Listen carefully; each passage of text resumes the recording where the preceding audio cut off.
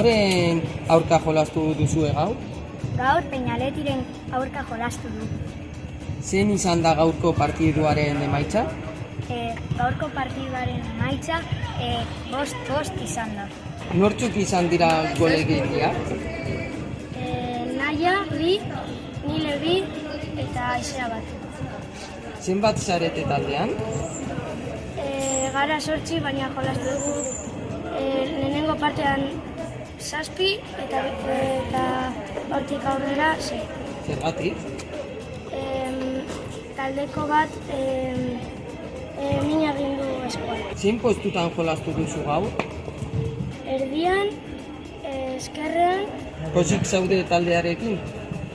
bai oso pozik gaude, azkenengo minutuan Naia sartu du gol bat.